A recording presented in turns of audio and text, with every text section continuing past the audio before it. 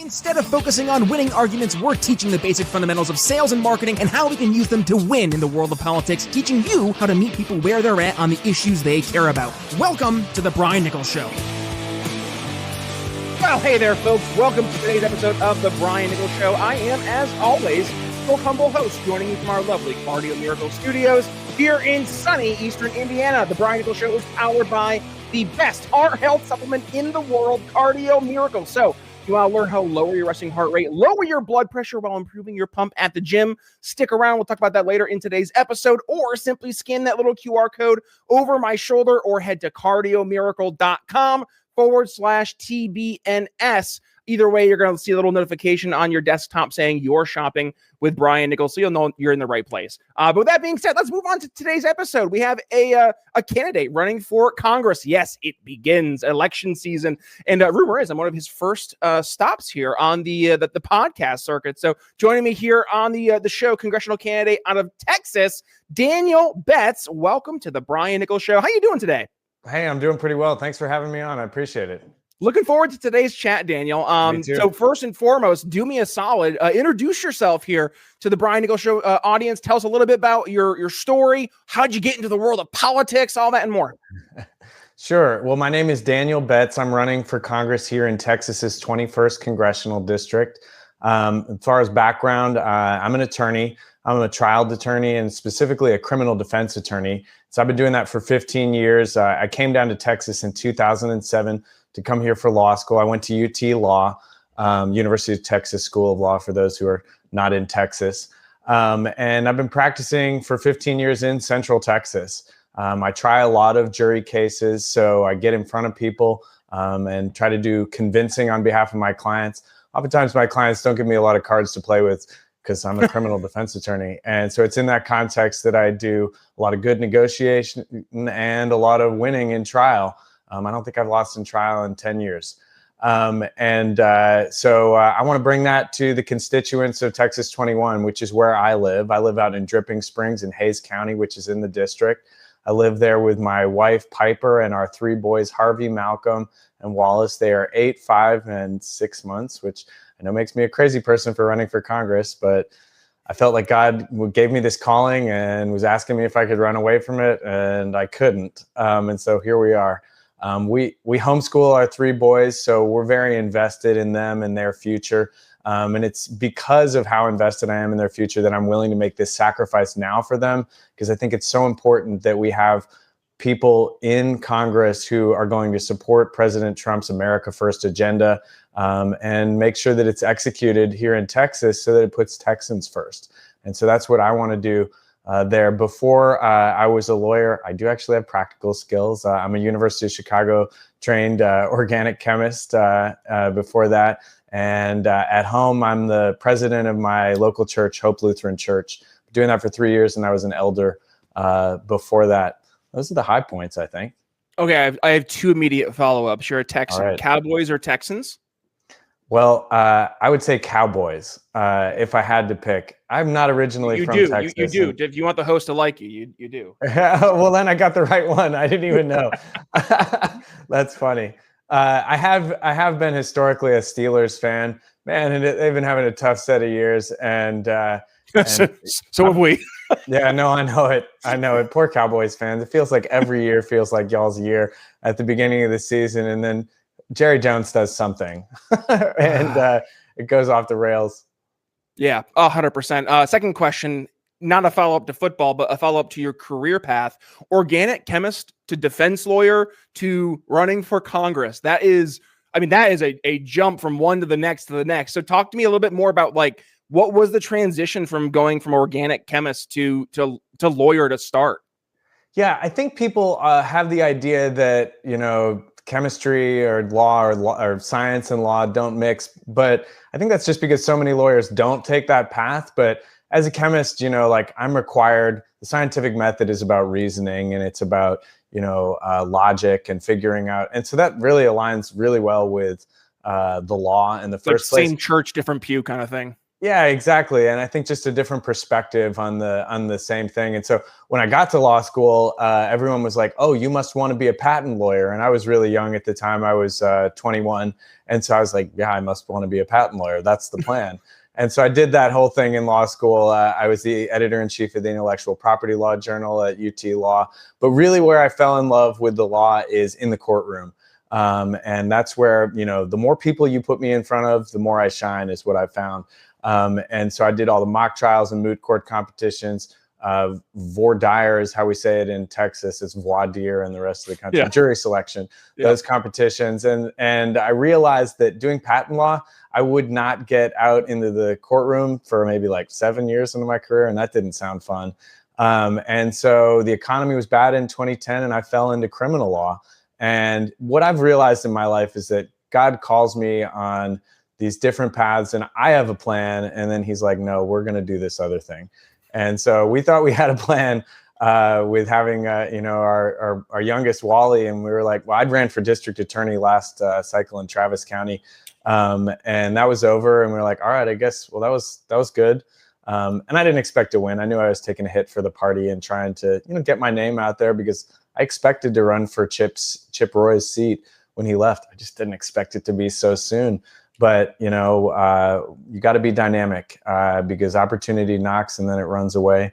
And this is a real great opportunity for me to serve the residents like myself of the hill country of Texas. I'm ready to step up. So this is Chip Roy's seat? That's correct. Chip is running for Attorney General of Texas. He announced on August 21st.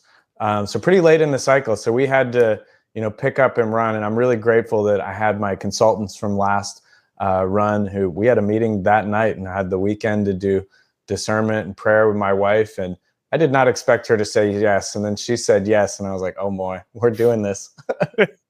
That's one way God answers prayers, right? Yep. Yeah. So tell me a little bit more about your philosophy. I know you mentioned, very much in the spirit of an America First Donald Trump agenda. What does that look like tangibly from a policy perspective? And obviously, just for context, folks, we're recording here today on November 1st. So, I think this is when supposedly all these government SNAP benefits for 40 plus million Americans are supposed to expire with the government shutdown. We have the standoff right now in the Senate, where we have 55 Republicans in favor of passing the CR.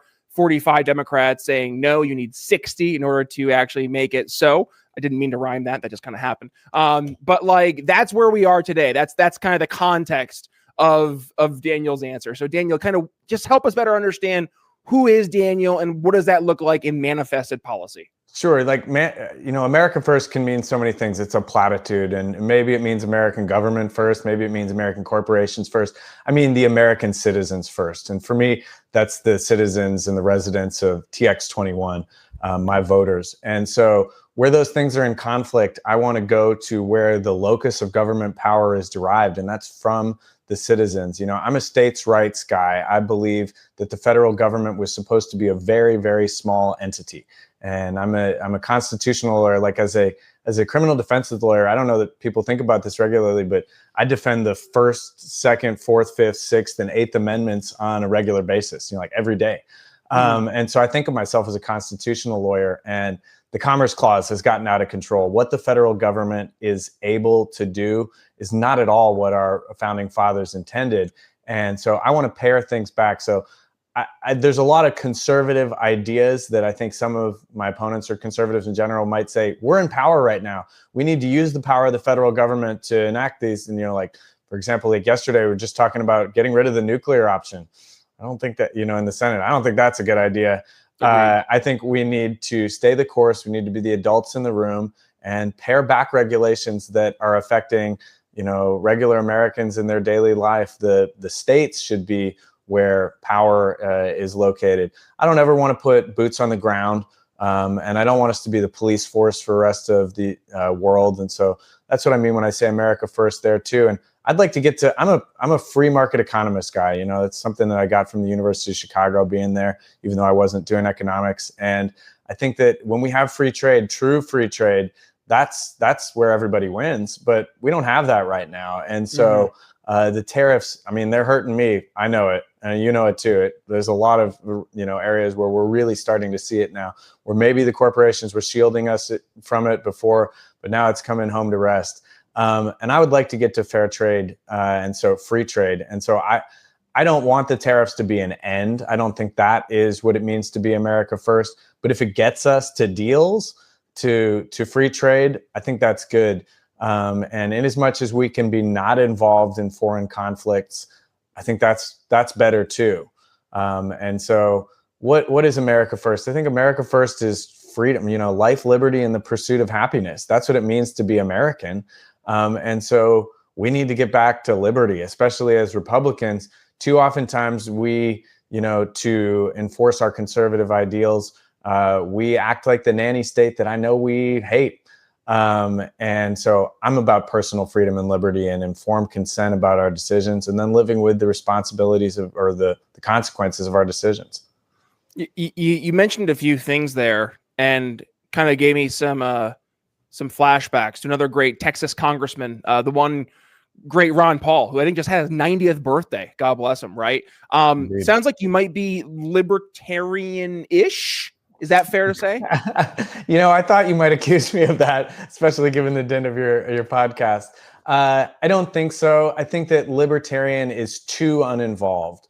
And I think that there are ways, not to look. I'm a Christian. I look at Matthew 18.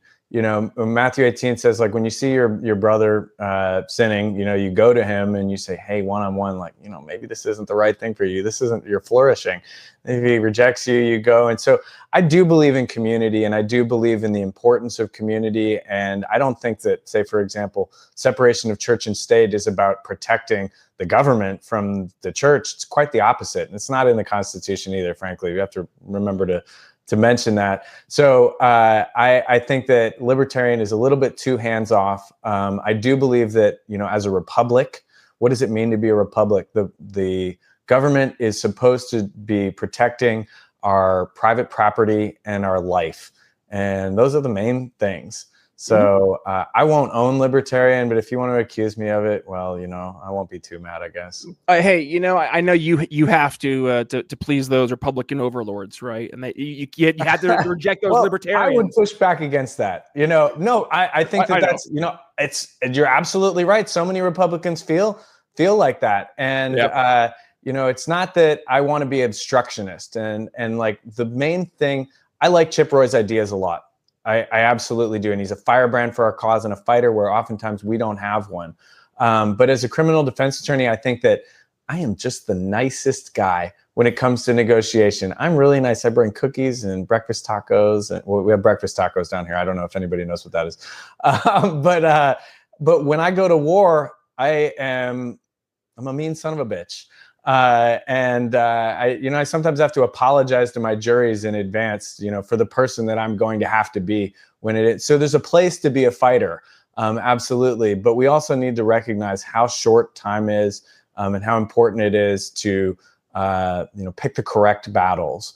And so I'm not there to please, but, I represent the citizens of Texas 21, not the Republican Party. So when's the last time you really thought about your heart health? No, not after just a bad checkup or after seeing a loved one go through something scary, but really thought about it. And the reality is most people don't until it's too late. We chalk it up to fatigue, brain fog, or, just high blood pressure, or hey, maybe we're just getting older, or it's that dreaded stress. But the root cause might be something deeper. Your body's production of nitric oxide dropping off. That one molecule plays a critical role in keeping your arteries open, your blood pressure normal, and your cells oxygenated. And without enough of it, you're not performing at the best mentally or physically. And that's why I've been taking Cardio Miracle for 2 years now. It's a nitric oxide powerhouse packed with over 50 ingredients like organic beetroot, L-arginine, CoQ10, vitamin D3 that are all clinically proven to help support circulation, reduce inflammation, and supercharge your energy levels. It's not just heart support, it's whole body support. So if you're tired of feeling off, give your heart and your health the boost it needs. Just click the link in the show notes or scan that little QR code over my shoulder, or head to cardiomiracle.com/TBNS to start your journey today. Discount already applied. Just look for the note, "You're shopping with Brian Nichols" at checkout. One more time, that's cardiomiracle.com/TBNS. And now, let's get back to the show. I like that, though. I mean, this goes back to 2016 Trump. I guess it was 2016 Trump. And it was the South Carolina debate. And this was the Jeb Bush, your brother lied us into Iraq moment, right? But before that, another part of that debate was when Trump was calling out the audience saying, you know, who's all over here? These are all the donors, right? These are all the GOP donors. That's how they got here, right? And they're all booing. He goes, yeah, they're booing because I'm right. And that was, I think for a lot of folks, that was a moment where Trump earned a lot of favor because it was calling out the system, right? And I'm a little, I have my own mixed opinions on how Trump has been doing his second term. I think there's a lot of good, but there's also a lot of question marks. But I would say one of the things that Trump has done effectively, by and large, at least, you know, I'd say in terms of putting people like Jay Bhattacharya, for example, over in I think it's the NIH, and folks like RFK Jr. over at HHS, and you know, Tulsi Gabbard over at oh my goodness, what's the heck's her position? It's in National Intelligence, right? Director of National Intelligence. Thank you. Yes, her. But like folks like that, it tells me that Trump is willing to look more at the outsiders versus the kind of the old establishment that did, you know, the John Boltons of the world, right? Like, because the ideas are what matter, not the people, right? I mean, exactly. Yeah. Interesting. I guess my question would be though, like when you look at someone like a Donald Trump, I mean, are there areas that you do find that you disagree with him though? I mean, America First obviously is being led by a person, but like, as you mentioned, there are things it stands for, like non-interventionism and stuff like that. So I guess just help me understand, are there areas where you've found your personal values maybe differing a little bit with the president currently? Sure. So I should lead by saying I'm a 6-time Trump voter. I am a big Donald Trump supporter. And when he walked down the escalator, like I knew he was going to be my next president. My friends made fun of me. They're like, "You're crazy. What are you doing?" You know? And I was like, I can see it. I know I'm a communicator. I know, like, he talks straight. He doesn't, I may not always agree with him, and I don't always agree with him, but I know what's on his mind. He's not sticking his finger in the wind to see, you know, which way the wind is blowing. And I respect the hell out of that.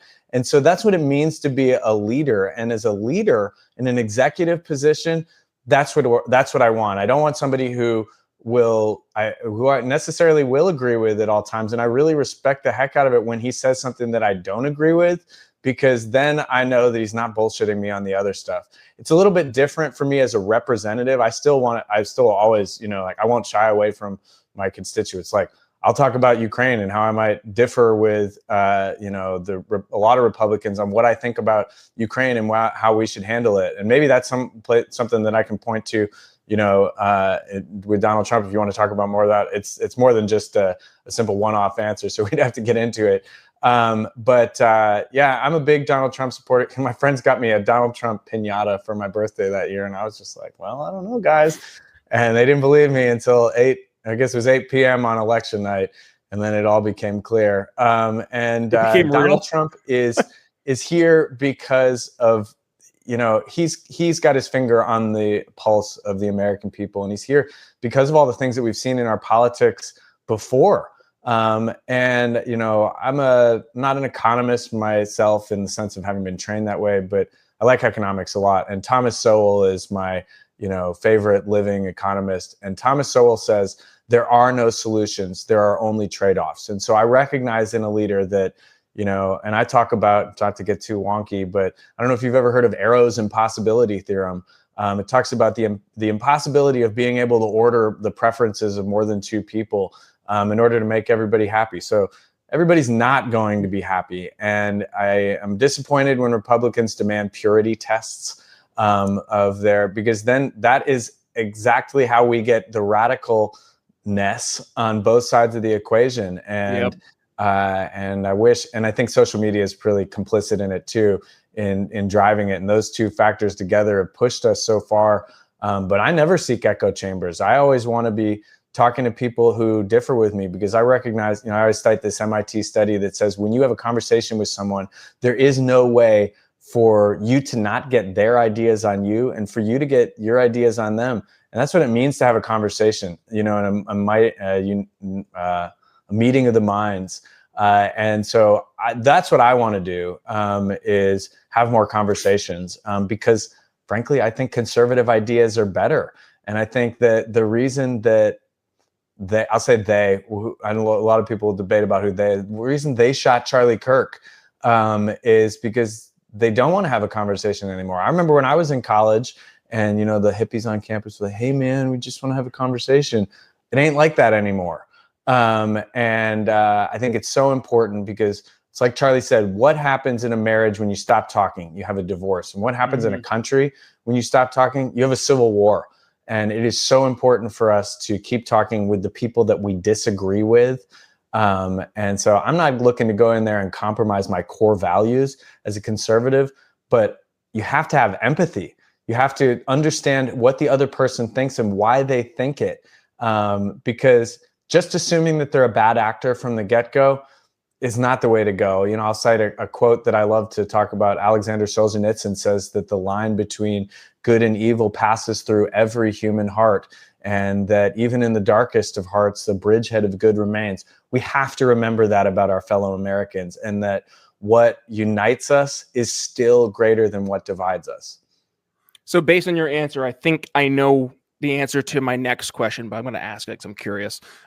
Speaking of divorce, so back probably 2 years ago or so, I had Daniel Miller on the show from Texas, and we talked about Texas leaving the union and national divorce and all that kind of fun stuff. I know you mentioned earlier, you're very much a federalist at heart. So what's your thoughts there? Yeah, the Texas nationalist movement is, I think, what you're saying. It's funny, yeah. Daniel Miller, I forget the name. I don't know it in that sense. He's my neighbor down the street. He's a firefighter. But you're like, you talked to my neighbor? What? No. we really go deep in our investigative prep before these shows. That's here, Daniel, true, right? Yeah, I was like, wow. So Texas is like, it's peak America, I think. No offense to Indiana, which has its own brand too. But none taken. It would be, we owe it to the rest of the country to stay in it and show them what true freedom can mean and can be. And it's tough to get down to. When I moved to Texas in 2007, I did not intend to stay. I didn't expect to. And it got its hooks in me so fast. And Texas is infectious. We could think that the country is lost and we could go in and turtle and go in on ourselves. In Texas, in a lot of ways, we got our own independent power grid. I think we could do it, but I don't think that it would be the right thing to do, especially as Christians.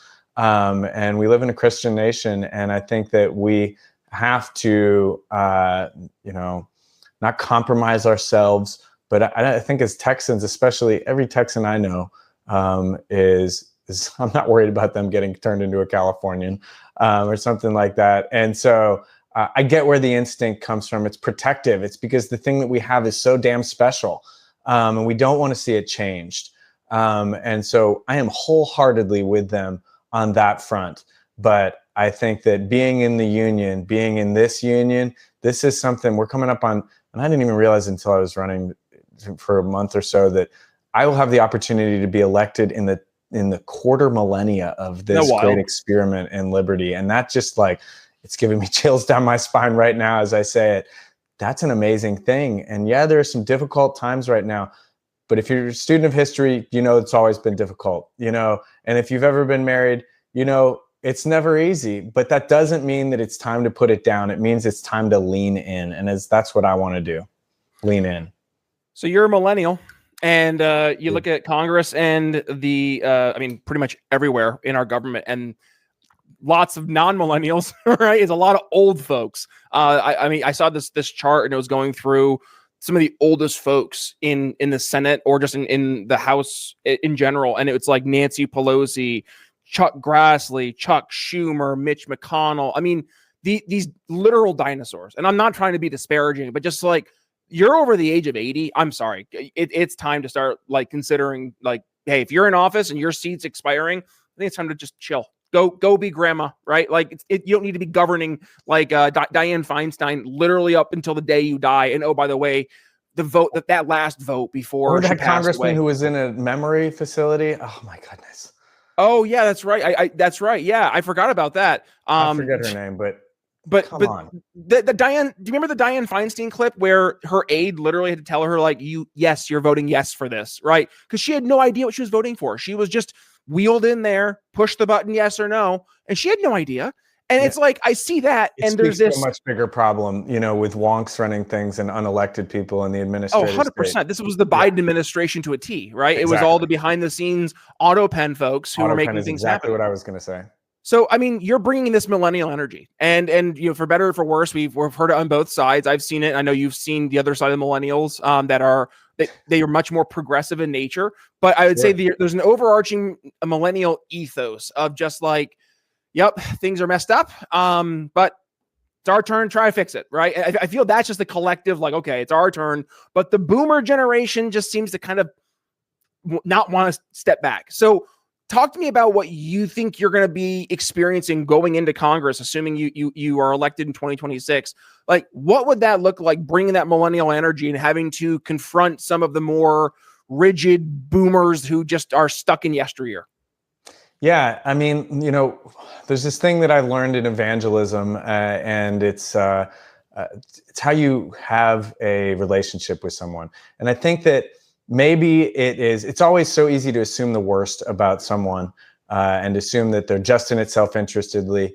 But I do believe that those leaders do love our country, and they're just worried that we millennials aren't up to the task. And it's a self-fulfilling prophecy because they never let us be up to the task, or, less and less.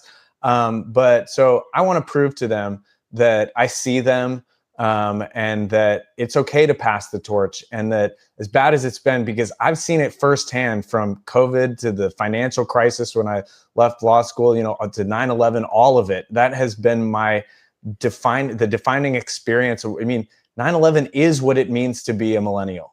And where you were when that happened, that is the thing that defines you in the public square. I am not eyes closed. I am more eyes open than I think that they can realize. And I'm ready for it. And so back to what I said about evangelism, like, to shore up a relationship with someone, there's 4 things that you need to do. You need adoration, contrition, thankfulness, and supplication. And so those are the ways that, I come to my jurors. Those are the ways that I teach my most difficult clients to repair their relationships with their family and friends. And so I'm a relationships guy. And so I think that I need to get in there. And what is charisma? Charisma is 2 things. Charisma is warmth and competence. And so I need to communicate to them competence, because I think that the reason that they don't want to let go of the reins of power is not just for self-aggrandizing reasons, not just for, but because, they're at that stage, you get to that 3rd stage of your life. They talk about, the different stages being like, sex, money, and then bowels. They're at the bowels stage. They're thinking about, what's going to be left of their legacy. And they don't want it to be put in the hands of someone who will destroy it and dismantle it. And I'm not saying that I'm going in there to just ossify the things that they've done, because I think that a lot of those things are not right for our country. But I want them to have trust that I'm not just going to go in and, because there's always shockwaves that get spread through things when you make big changes. And that's not to say that that's a reason not to make big changes, but I think we need to convince them that we're competent to handle it. And man, you didn't even mention Gen X. Poor Gen X, they just got jumped over. I know they did. Well, and I'm gonna be, I'll be a little tough on Gen X. It seems like Gen X really hasn't tried to push forward to like take the reins. I mean, you look at the number of boomers relative to even the number of Gen X in Congress, and it is kind of jaw dropping that there are even that number of folks who are in that kind of like, that late 40s, early 50s kind of range, that they just get completely bypassed and they don't really put in the effort, it feels like. And by the way, I just want to go back to the millennials and the Gen Zers I'll point at, because I think there is a collective, be it, be it deserve it or not, this belief, Daniel, that the boomers caused a lot of the problems we have today, right? You look at in the boomers or the generation prior with going to the New Deal and Social Security and all of the Medicare and the Medicaid, the destruction of the Commerce Clause is what I would say. But yeah, all of that, right? But like you look at Gen Z and the millennials, I think there is a lot of animosity towards those folks, and a lot of like those young voters saying, you know what? I get it. Like they're on their way out, but frankly, I don't care what they have to say. And I'm not saying that's right or wrong, but I'm saying there is a lot of young folk who believe that. I'll say it is wrong. And I've felt that when I was younger too, that generational war. There's so many different ways to divide us. And when you divide us, that makes us controllable no matter what it is. And one of my, favorite political scientist, Carl Schmitt, says, like give someone an enemy. That's how you unite a people. But we're uniting them in these little groups that make us controllable, and it's not. So, and back to I gotta, stand up for my Gen X, brethren, because look at this last election. They won this election for us, and they were so much stronger conservatives than I had ever realized. And I feel for the things that they've gone through and the voice that they haven't had. And yeah, I'm a millennial. I'm a little bit at the upper end. Some people have, I'm definitely not Gen X. I was born in 1985. But I think that it's too easy to fall into those traps. And I'm hopeful that more voters don't. And I think that Gen Z gets painted with this huge broad brush too. I employ a lot of Gen Z people in my office, my small law firm here, and they are so much more winnable. That this country is not lost. If I thought this country was just lost, I don't think that I would have the wherewithal to be doing this, but we have a bright future ahead of us, and we just got to get there. So what do you say to those Gen Zers or those millennials who are very, I guess they're very accusatory of how things are towards boomers? Like, I hear you, like we shouldn't do that, but there's that sentiment exists. So What would you say to those folks who they're like, but Daniel, I still believe this. I still believe it is exactly the right thing. Yeah. So what I would say is I was there. I understand where you're coming from. And I remember having that pure, unmitigated passion that felt like it was directed at exactly where it needed to be directed. And we need your passion. Don't ever let go of that passion, but recognize that, things may be a little bit more nuanced than you've been led to believe so far. And please put your trust in me that I do see you and that I will, I'm never going to lie to you about what my positions are. I'm never going to sugarcoat it, even if that means losing you as a voter, because I'd rather that you have a leader, because I think I'm going to win. And so I do think I'm going to be their next representative.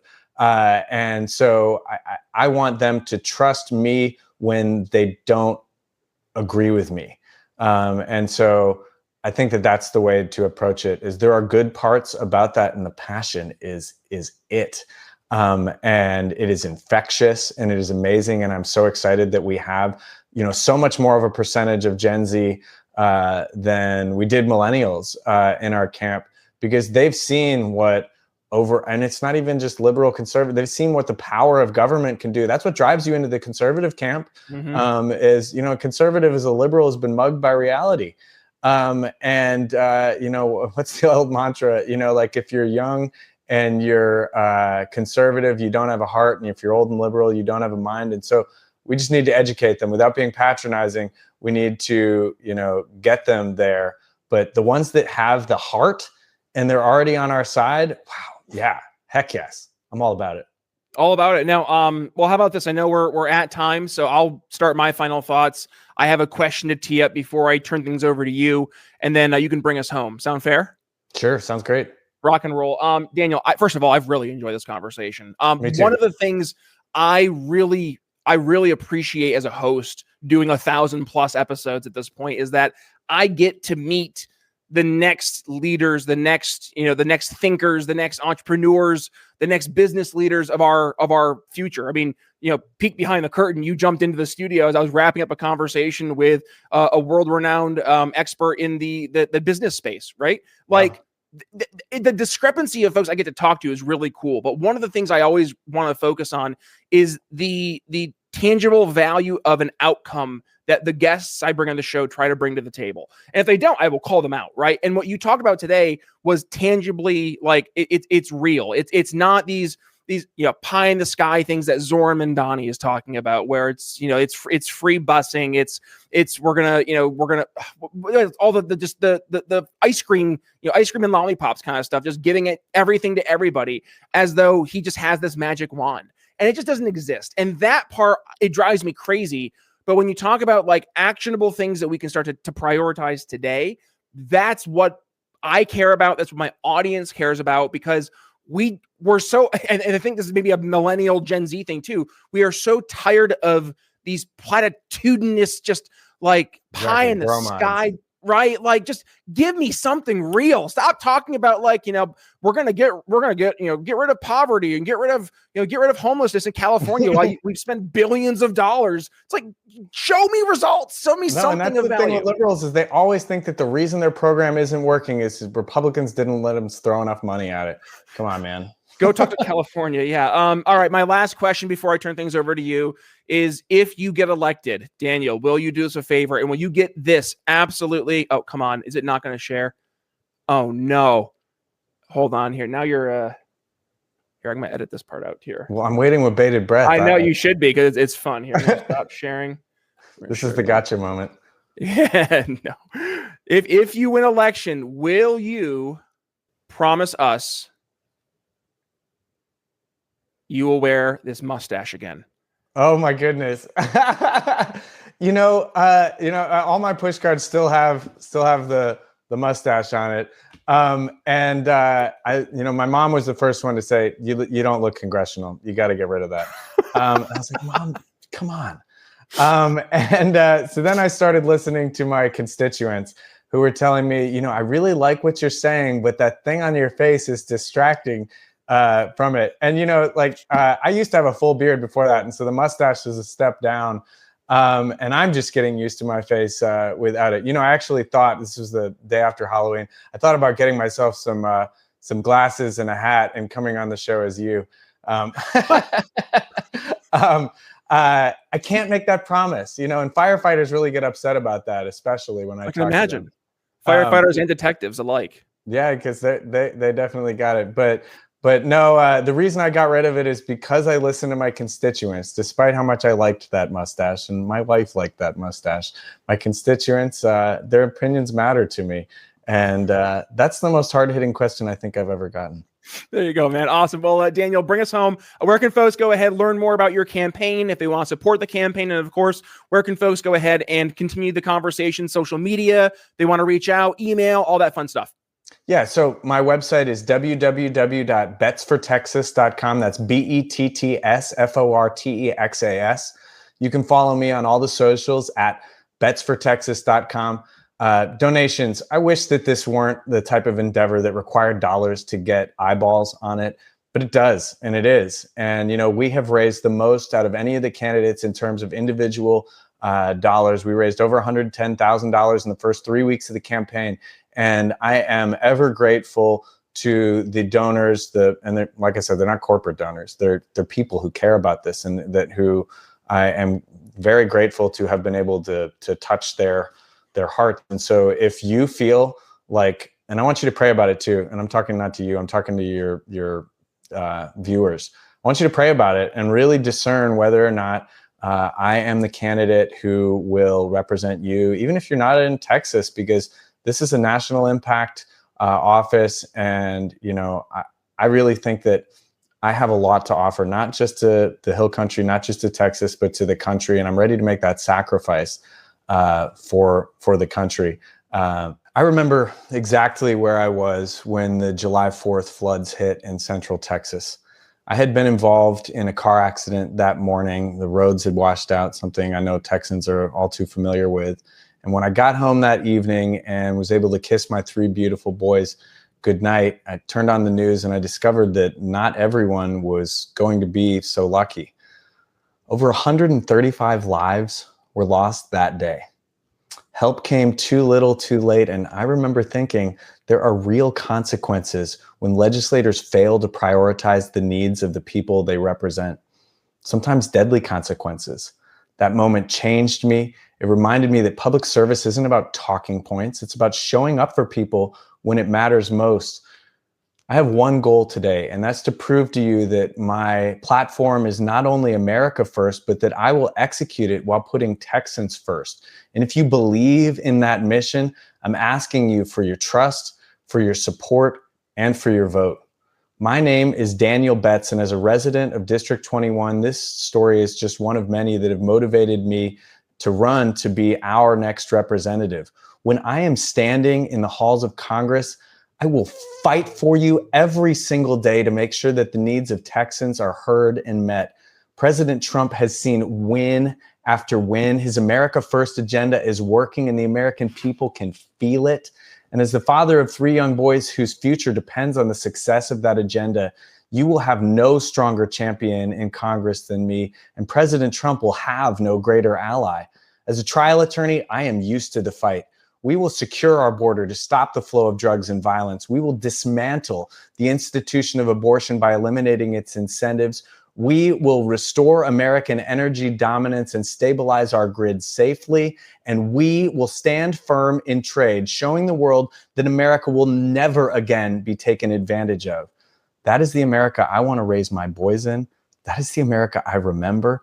That is the America I will fight for, and that is the America of the American dream. So today, I'm asking you to take a bet on Daniel Betts, because I promise you, a bet on Betts will pay out big. Thank you. Betts for Texas, Daniel Betts. Thank you for joining us here on the Brian Nichols Show. We'll include all your links there in the show notes. And folks, by the way, if you enjoyed today's episode, you know the drill. Thanks Go ahead. Yeah, absolutely. Give it a share. When you do, tag yours truly at B. Nichols Liberty. Podcast and video versions of the show, you can head over to YouTube, Rumble. You can go to X, Facebook, wherever it is you get video content, podcast content, Apple Podcasts, Spotify, YouTube Music, Podcast Addict. You can find the Brian Nichols Show. Hit that subscribe button. We have a brand new episode airing every Monday, every Thursday, every Friday at 9 p.m. Eastern. So make sure, of course, when you hit that subscribe button, hit that little notification bell so you don't miss a single time we have a brand new episode go live. And one final ask, and that is, again, if you like the show, go ahead and support us by supporting the folks who support us, like our awesome studio sponsor here, Cardio Miracle. Or if you want to make a one-time donation, head to briannicholsshow.com/donate, and you can do so over there. Daniel, this has been an absolute pleasure. Thank you for joining us. And thank you for joining us today, audience member. With that being said, Brian Nichols signing off here on The Brian Nichols Show for Daniel Betts. We'll see you next time. Thanks for listening to The Brian Nichols Show. Find more episodes at briannicholsshow.com.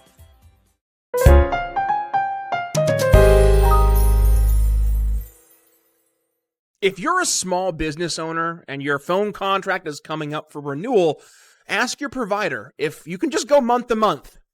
Watch what happens. They'll stammer, they'll delay, or straight up dodge the question. Why?